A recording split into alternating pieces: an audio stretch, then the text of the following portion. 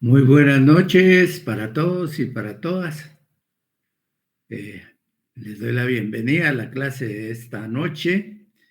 Vamos a entrar al análisis de otro punto que se refiere a un organismo muy activo en la actualidad, toda vez que está celebrando su Asamblea General en la ciudad de Nueva York. Y se trata ni más ni menos que de la Organización de Naciones Unidas, en donde han llegado todos los mandatarios, todos los jefes de Estado, todos los cancilleres, todos los delegados a presentar el discurso frente a esa Asamblea General. Eh, entonces, nos vamos a referir al libro del Derecho Internacional Público del doctor Carlos Larios Ochaita, libro base para nosotros, y vamos a tener presentes las páginas 357 a la página 389, que es la que se refiere a esta Organización de las Naciones Unidas, partiendo de sus antecedentes, llegando a su estructura, a los pasos previos para la creación de la misma y luego para la creación de la Carta de Naciones Unidas, que contiene la estructura organizativa de este alto órgano internacional, en donde caben todos los países soberanos, en donde todos estos países tienen voz y tienen derecho a voto y a estar presentes y a emitir criterios ante esa Asamblea General. También, como parte del análisis, espero que ya hayan comprado la Convención de Viena sobre relaciones consulares y Convención de Viena sobre relaciones diplomáticas. Ya no tardaremos en examinarnos y tendrán que analizarla y estudiarla como así lo hicimos en las clases anteriores. Pues de la misma manera vamos a tener que analizar esta Carta de Naciones Unidas, incluyendo el Estatuto de la Corte Internacional de Justicia. Vamos a ver a través de esta Carta de Naciones Unidas cómo se integra, quiénes participan, quiénes tienen responsabilidades y luego el aspecto propiamente jurídico relacionado con la Corte Internacional de Justicia.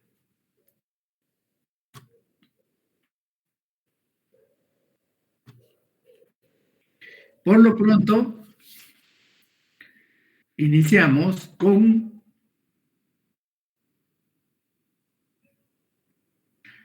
de momento, iniciamos con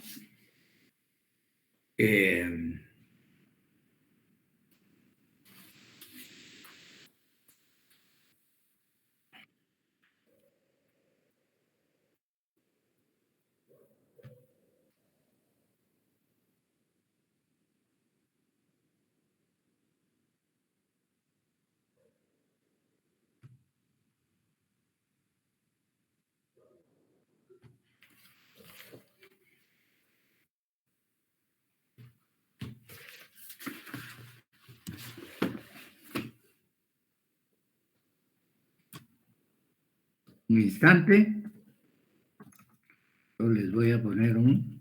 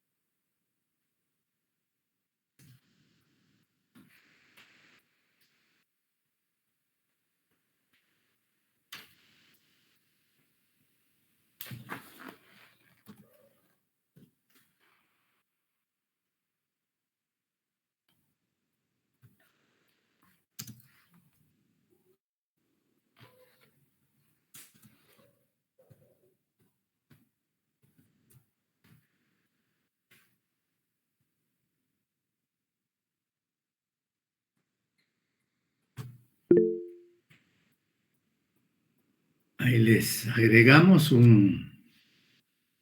las páginas que tendrá, en donde está contenido este organismo internacional y donde vamos a obtener toda la información que necesitemos al respecto. En tanto, pues iniciamos con los antecedentes que dieron lugar a los diversos acontecimientos que fueron acaeciendo y que sirvieron de fundamento, de base, para que en un momento dado se pensara en la creación ya de una organización con mayor formalidad, con mayor base, con mayor apoyo, y que sirviera para la paz, la solidaridad y la cooperación mundial. Vamos a decir que surge dentro de dos guerras fundamentales.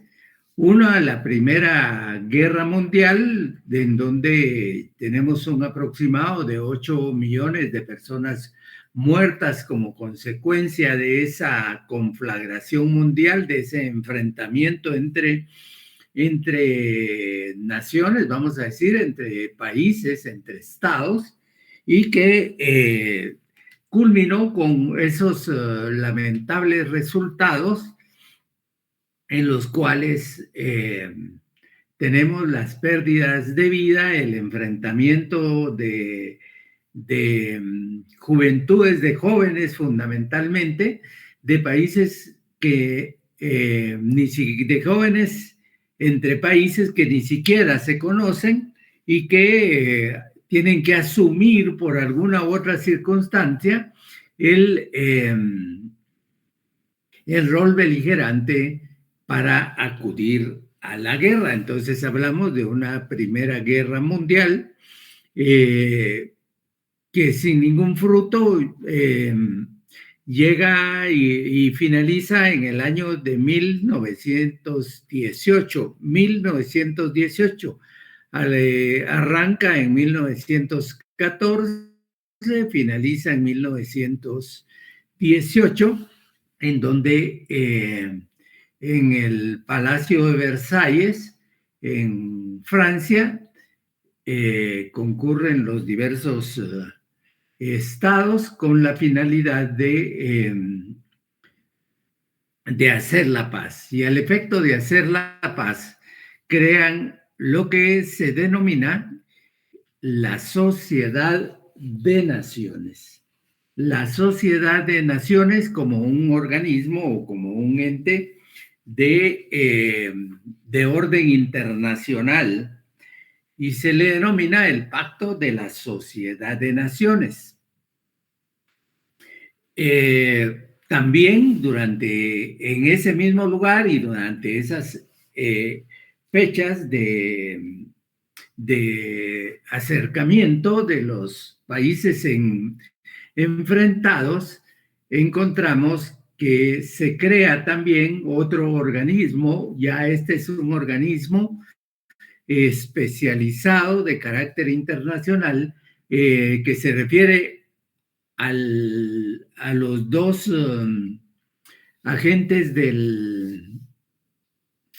la producción, como lo es los patronos, el capital y los trabajadores. Y entonces ello da lugar a la fundación de la Organización Internacional del Trabajo. Esa surge también por esas mismas fechas en el año 1919. Es decir, recientemente, el siglo anterior, en donde se crea esta organización especializada internacional, pero a la vez también se crea el Pacto de las Naciones Unidas.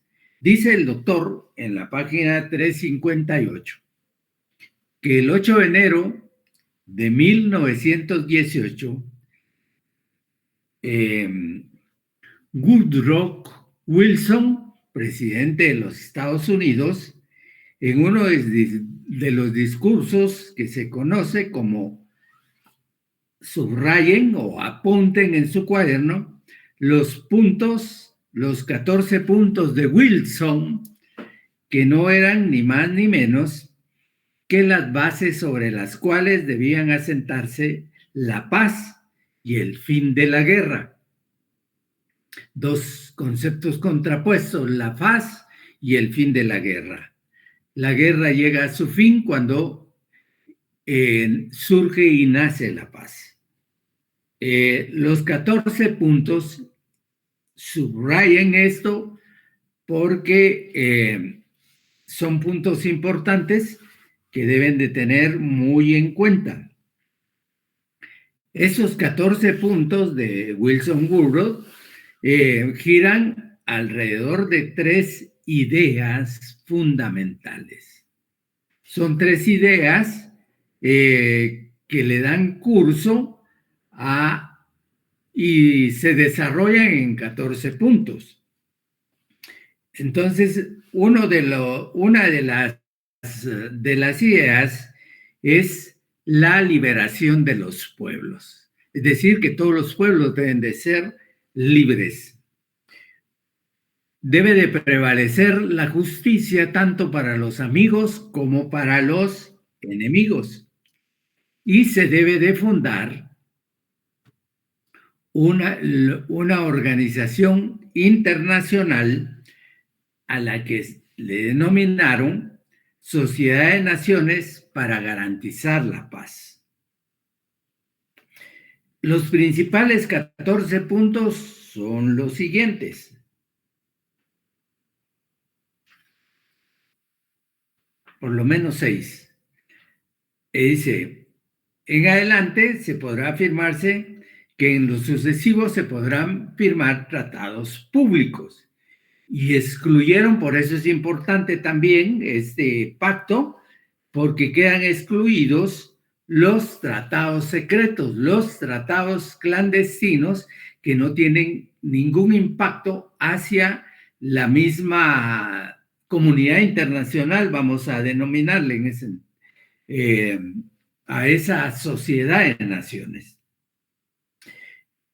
Aquí hay otro punto que es muy importante, que viene desde tiempo atrás, de las ideas propias de Hugo Grocio, que dice libertad absoluta de navegación en todos los mares fuera del mar territorial, tanto en tiempos de guerra como en tiempos de paz.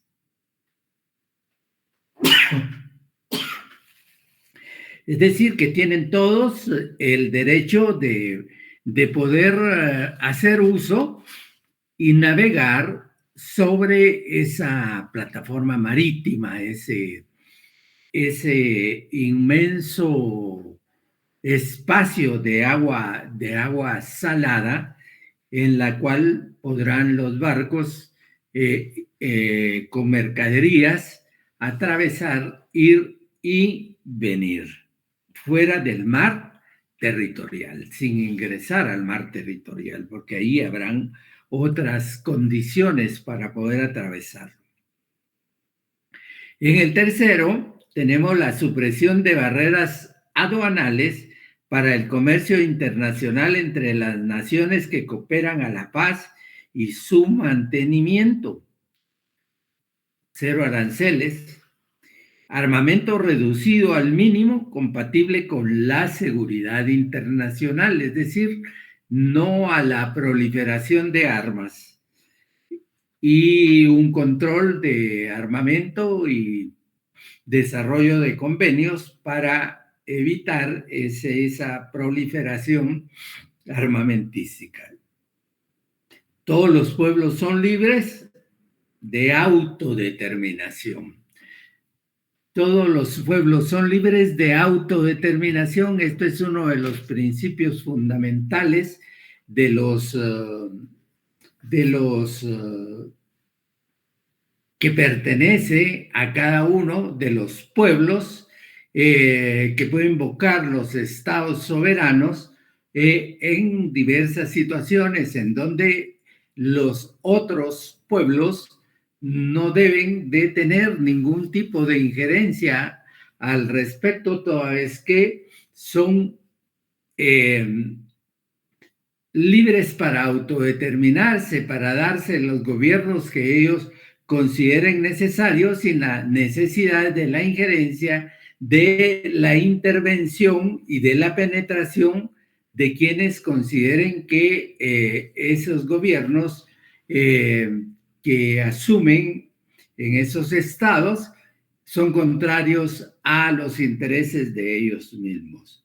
Entonces, este es un principio fundamental que viene también del Pacto de la Sociedad de Naciones, o de los 14 puntos de Wilson Woodrow, y se plasma también en el Pacto de la Sociedad de Naciones.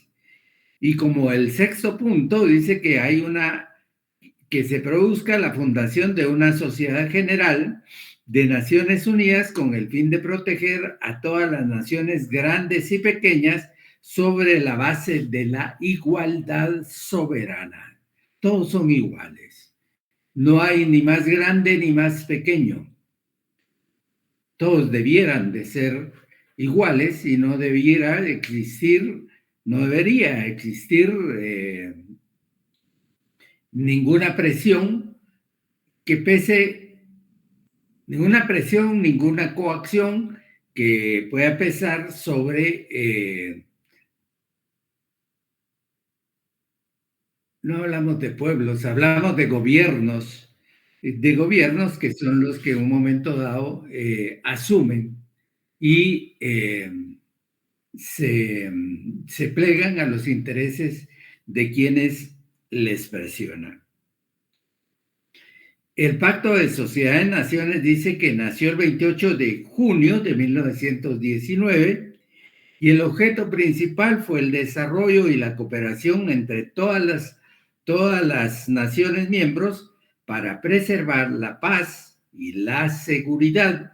Las naciones contaban con 3 grandes órganos, es decir, Sociedad de Naciones se conformó y se fundó sobre la base de 3 órganos fundamentales. Uno que era la Asamblea General, de hecho, integrada por todos los miembros, un voto por miembro, y que formulaba recomendaciones. El Consejo, un consejo compuesto por miembros permanentes, las 4 potencias vencedoras de ese entonces, y no permanentes electos cada 3 años, órganos permanentes, pero sin poder coercitivo. Y el otro órgano es un órgano administrativo permanente que tenía una sección y varios adjuntos. Además de los anteriores, tenía órganos más o menos autónomos, dice, tales como el Tribunal Permanente de Justicia Internacional, más o menos autónomo, y la Oficina Internacional del Trabajo. No podemos hablar, dice, categóricamente de un trabajo de la institución, de un fracaso de la institución, pero su acción se vio disminuida debido a que Estados Unidos rehusó formar parte del Consejo y nunca ratificó el pacto. Alemania, que es la vencida, fue admitida solamente en 1926. La Unión Soviética se incorporó en 1934 y poco tiempo antes que se retirase Alemania, Italia y Japón. Hablamos de 3 países, uno falangista, otro fascista y el otro nazista, que intervinieron o que fueron los precursores de la Segunda Guerra Mundial. 5 años después, dice, desde 1934 desaparecía la Sociedad de Naciones y la acción del Consejo se vio limitada por el hecho de que las decisiones deberían de ser tomadas por unanimidad. Fue una asociación de gobiernos y no de estados, y le faltó poder coercitivo, confianza, universalidad. ¿Por qué universalidad? Porque no estaban todos los estados del globo terráqueo formando parte de este pacto de sociedad de naciones.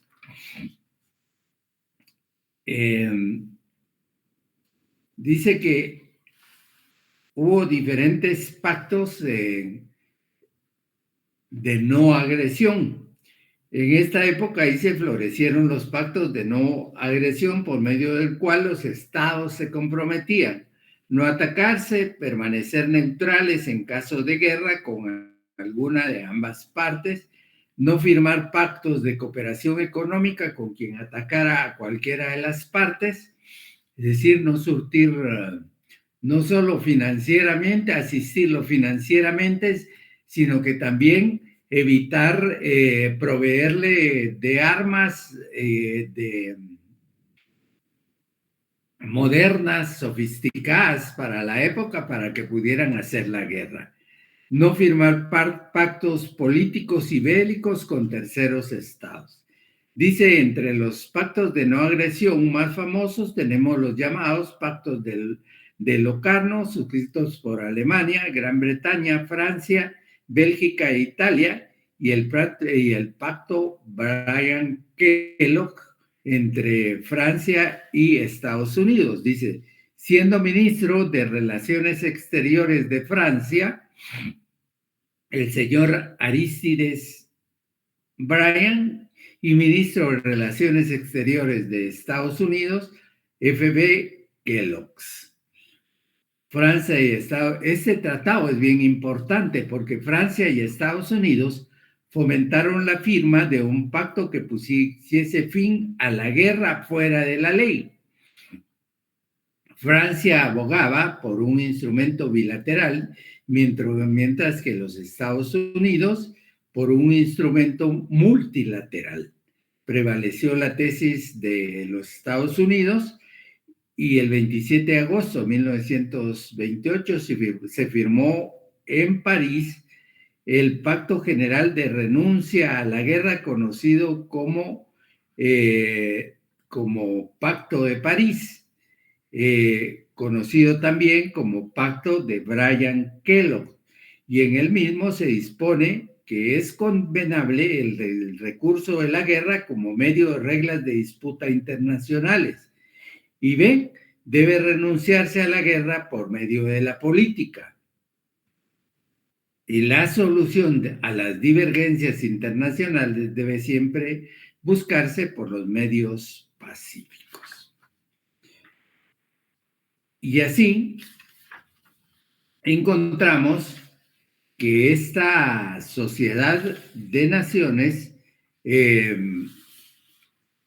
tiene un tiempo o tiene marcado un tiempo de su fundación, de la creación de su estructura normativa, en la que se establecen sus órganos, se crean los órganos de actividad y de operación. Y también tenemos que esta sociedad de naciones deja de tener impacto sobre sus miembros y deja de existir a partir de 1939, en donde ya vemos que va surgiendo con mayor fuerza otro organismo de carácter internacional que supuestamente va a aglutinar a todos los estados nacionales del mundo y que para el efecto van existiendo o se van produciendo dentro de las grandes potencias internacionales acercamientos, pláticas y conferencias para dar lugar en algún momento a lo que se denomina Carta de las Naciones, o lo que se va a denominar Carta de las Naciones Unidas, tal y como hoy lo conocemos, la Organización de Naciones Unidas, ONU, Organización de Naciones Unidas o Naciones Unidas, como se le pueda conocer por sus siglas. Dentro de los pactos y de las conferencias y de los acercamientos y de diálogos que que existieron previos a la creación de la Carta y a la fundación de Naciones Unidas, tenemos la Declaración del Pacto de San James, la Carta del Atlántico, la Declaración de Washington en 1942, ya vemos que vamos acercándonos en alguna medida, la Conferencia de Moscú, la Conferencia de Teherán, la Conferencia de Dumbarton-Oaks en 1944, la Declaración de Yalta, Crimea en 1945 y la Conferencia de San Francisco en 1945.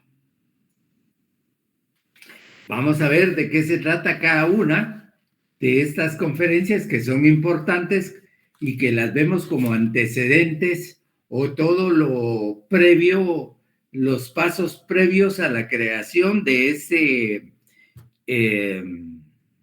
este organismo internacional que aglutina a la comunidad de estados a nivel internacional. Dice que la declaración del Pacto de Saint James en 1941, ya hablamos de que ya la Sociedad de Naciones ha dejado de funcionar. Entonces, en 1941 dice que a través de esta declaración, de este instrumento, que se considera como la primera etapa, sería la futura Organización de Naciones Unidas. Y su objeto fue definir propósitos que llevaran a una victoria militar y buscar las bases de coexistencia pacífica entre los pueblos. Fue firmado por Canadá, Australia, Nueva Zelanda, África del Sur, Sudáfrica, que en ese tiempo todavía existía el apartheid, Gran Bretaña y los gobiernos de Grecia, Bélgica, Países Bajos, Holanda, Checoslovaquia, Luxemburgo, Noruega, Polonia, Yugoslavia y Francia.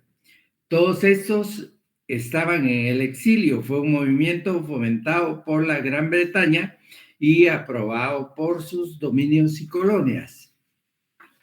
Ni modo, estaba Nueva Zelanda, estaba Australia, estaba Canadá, estaba Sudáfrica, que también era una colonia de la Gran Bretaña, y que fueron los que apoyaron todo este movimiento impulsado por la Gran Bretaña, como podemos ver también en la Carta del Atlántico, a la cual le vamos a poner mayor atención y ustedes van a hacer un énfasis sobre esta carta.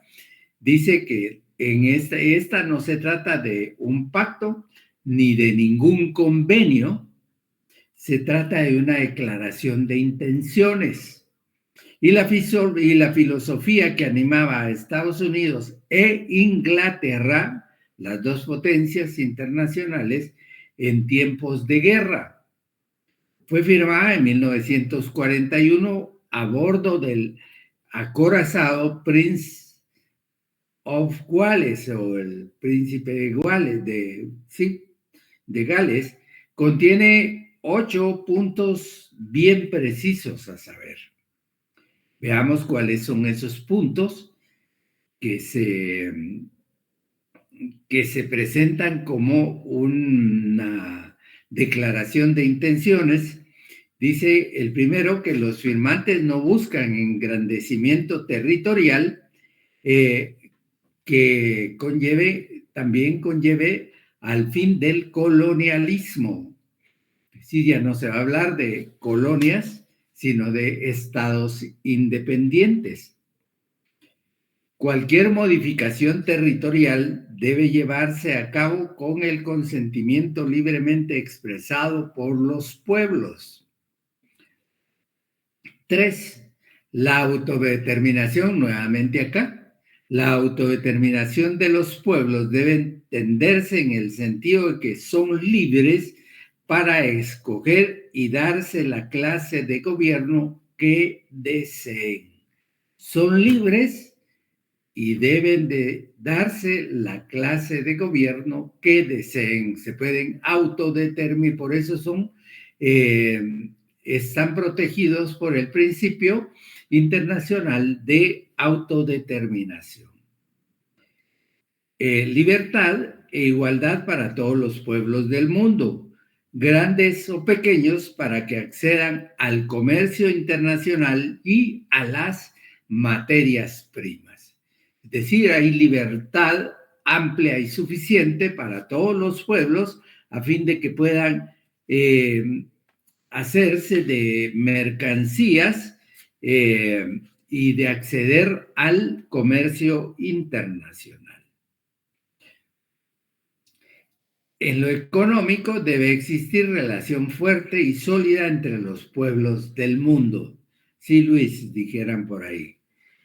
En lo económico debe existir relación fuerte y sólida entre todos los pueblos del mundo, sin imponer ningún tipo de presión, sanción o apropiarse de los dineros que pertenecen a otros estados que no son afines a los intereses de potencias que tienen, que son las que propietarias, podemos decir, de un sistema financiero internacional, SWIFT, por ejemplo.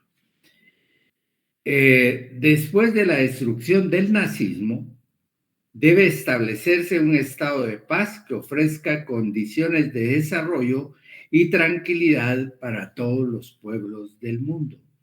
¿Qué dice? Después de la destrucción del nazismo, debe establecerse un estado de paz que ofrezca condiciones de desarrollo y tranquilidad para todos los pueblos del mundo. ¿Después de qué? Después de la destrucción del nazismo. En la actualidad hay se está tratando de volver a esas ideas del nazismo, a esas ideas de prevalecer, de hacer prevalecer una raza aria, una raza blanca, una raza superior por encima de los otros, de las otras razas o de las otras poblaciones que no tienen esos, no son blancos. Libertad de los mares, fundamental, y los pueblos del mundo deberán renunciar al uso de la fuerza como medio de arreglar sus controversias. Básicamente como que recoge en cierta medida algunos de los 14 puntos de los que hablaba Wilson Woodruff en el año de 1918, solo que aquí estamos en el año de 1941, en un espacio lejano del mar Atlántico.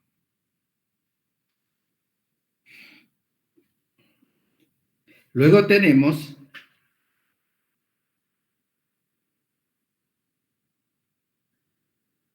dice que se trata de un documento político-militar y el espíritu de ese documento aparece más tarde en la Carta de las Naciones Unidas. Por primera vez se mencionó la posibilidad de un sistema permanente de seguridad colectiva.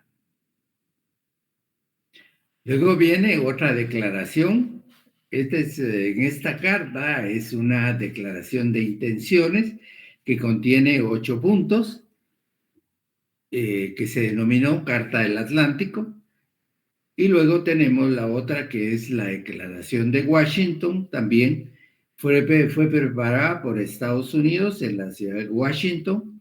La firmaron 26 estados y muchos otros se unieron posteriormente. Esta declaración expresamente apoyó el contenido de la Carta del Atlántico y la amplió en el sentido de que para instaurar la paz y para favorecer el desarrollo económico de los pueblos del mundo, era necesario obtener la victoria total. Por supuesto, porque si quedaban como vencidos, esto era solo, quedaba nada más como hechos voluntarios que se pudieron haber producido y que tenían las intenciones de lograr la paz. Dice, era menester obtener la victoria total sobre los países del eje. ¿Cuáles eran estos países del eje? Alemania, Italia, Japón y España, que les daba el apoyo porque ahí estaba el señor Francisco Franco. Luego está la conferencia de Moscú. Esta fue convocada por Joseph Stalin y acudieron Rusia, Estados Unidos y China y fueron representados ministros de Relaciones Exteriores, y en esta no invitaron a Francia, lo que molestó muchísimo a Charles de Gaulle, y su objetivo, o lo que públicamente se dio a conocer de él, fue el pensar sobre lo que se haría al término de la guerra, especialmente la necesidad de establecer una organización general internacional basada en el principio de la igualdad soberana de los estados. Luego tenemos la conferencia de Teherán, en donde asistieron el presidente de los Estados Unidos de ese tiempo, Joseph Stalin, de la Unión Soviética, y Churchill, de Inglaterra, llamados los tres grandes de la guerra. De nuevo, De Gaulle se sintió sumamente molesto por no haber sido invitado. En lo que se dio a conocer públicamente se dice que se reunieron para tratar sobre la creación, este es importante, de un organismo internacional que destierre para siempre el azote y el terror de la guerra. Aquí se habló por primera vez de las Naciones Unidas. En la conferencia de Teherán se habla por primera vez de ese gobierno que destierre la guerra, el flagelo de la guerra, y ya hay una denominación, ya hay un nombre que se refiere a Naciones Unidas. Seguidamente, en 1944, el 21 de agosto a octubre de 1944, se produce y se celebra la conferencia de Dumbarton Oas. Aquí se proyectó el texto aquí ya hay un texto, hay un borrador que fue trabajado por China, Estados Unidos, Gran Bretaña y la Unión Soviética, y podemos calificarla como la verdadera precursora de las Naciones Unidas, porque ya hay un texto configurado, ya hay una idea calcada, precisa de lo que será lo que en anterior conferencia le denominaron Naciones Unidas. La declaración de Yalta también es una declaración importantísima, que en febrero de 1945 se reunieron en Yalta, en Crimea, los jefes de Estados Unidos, de la Unión Soviética, de la Gran Bretaña, Winston Churchill, y Estados Unidos de América, Franklin Delano Roosevelt. Revisaron lo acordado en la conferencia y la declaración dice así. Les voy a leer lo que establece el final o la conclusión, podríamos decir, que por esta declaración, dicen ellos, reafirmamos nuestra confianza en los principios de la Carta del Atlántico y nuestro compromiso en la Declaración de las Naciones Unidas. Ya está la denominación del organismo y nuestra determinación de construir en cooperación con otras naciones del mundo antes de la paz un orden jurídico dedicado a la paz. Es decir, que este ordenamiento legal, este ordenamiento jurídico va a estar encaminado y dedicado al fortalecimiento de la paz, de la seguridad, de la libertad y el bienestar general de la humanidad. Es decir, que se va a crear en función de todo ese segmento que se denomina humanidad. Al emitir esta declaración, las tres potencias expresan la esperanza de que el gobierno provisional de la República Francesa se asocie con ellos en procedimiento sugerido.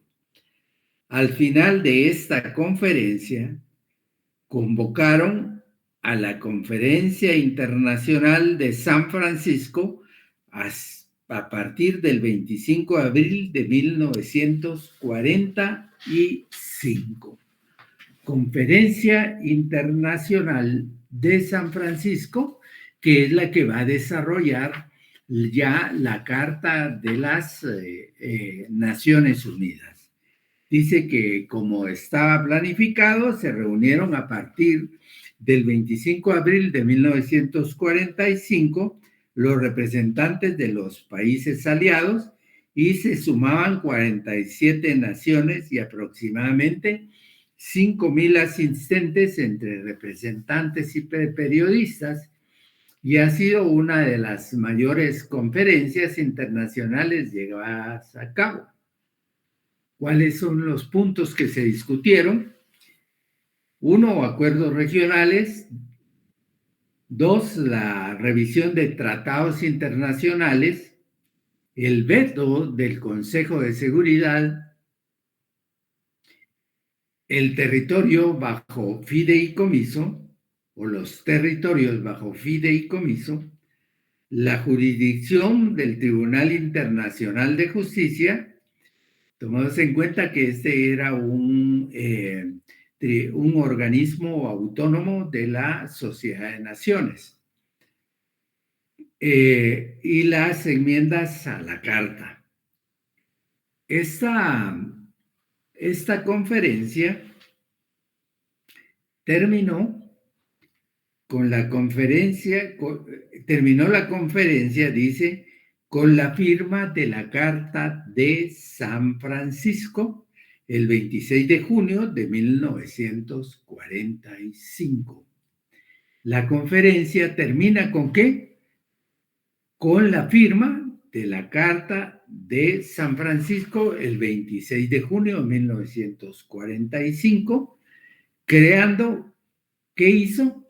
Creó las Naciones Unidas y el Estatuto de la Corte Internacional de Justicia.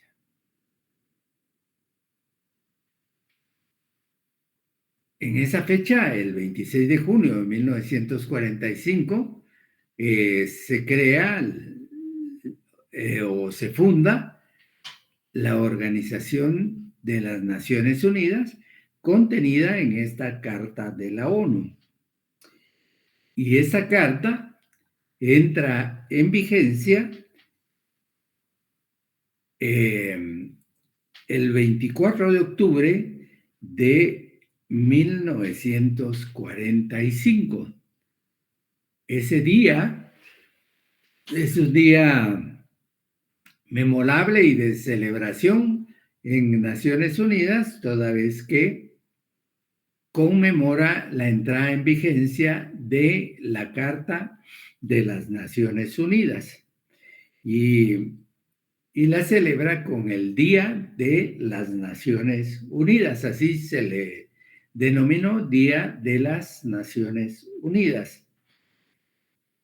Dice que este nombre, Naciones Unidas, es una sugerencia del presidente de ese entonces, Franklin Delano Roosevelt. Él sugirió la idea, el nombre de Naciones Unidas como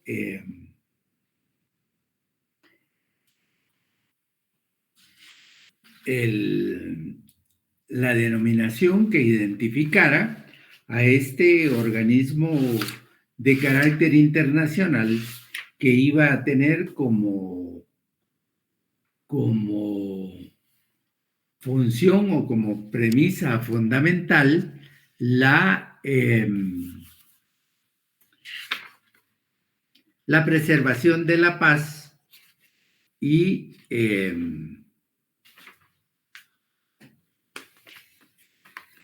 la preservación de la paz y la cooperación internacional.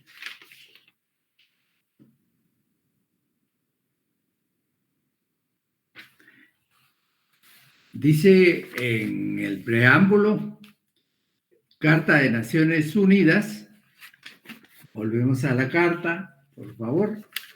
Dice, nosotros los pueblos de las Naciones Unidas, resueltos a preservar a las generaciones venideras del flagelo de la guerra que 2 veces durante nuestra vida han infligido a la humanidad sufrimientos indecibles, a reafirmar la fe en los derechos fundamentales del hombre, en la dignidad y el valor de la persona humana, en la igualdad de derechos de hombres y mujeres y de las naciones grandes y pequeñas, dice, a crear condiciones bajo las cuales pueda mantenerse la justicia y el respeto de las obligaciones emanadas de los tratados y de otras fuentes del derecho internacional, a promover el progreso social y a elevar el nivel de vida dentro de un concepto más amplio de la libertad. Y con tales finalidades, dice, están resueltos a practicar la tolerancia y a convivir en paz como buenos vecinos. Se les olvidó, ¿verdad? A unir nuestras fuerzas para el mantenimiento de la paz y la seguridad internacionales, a asegurar, mediante la aceptación de principios y de la adopción de métodos, que no se usará la Fuerza Armada, sino en el servicio del interés común, y a emplear un mecanismo internacional para promover el progreso económico y social de todos los pueblos. Hemos decidido unir nuestros esfuerzos para realizar estos designios. Por lo tanto, nuestros respectivos gobiernos, por medio de representantes reunidos en la ciudad de San Francisco, que han exhibido sus plenos poderes, se recuerdan que hablamos de los plenipotenciarios y de plenos poderes, encontrados en buena y debida forma, han convenido en la presente Carta de las Naciones Unidas y por este acto que establecen una organización internacional que se denominará las Naciones Unidas. Eso establece en el preámbulo de esta Carta de Naciones Unidas, que continuaremos ya analizándola en la siguiente clase. Por hoy vamos a dar, si no tienen ningún comentario o ninguna duda, vamos a dar por finalizada la clase a fin de que puedan ustedes irse corriendo directamente a su camita antes de que los deje el bus. Gracias, Lick, me llevamos el camino ahí.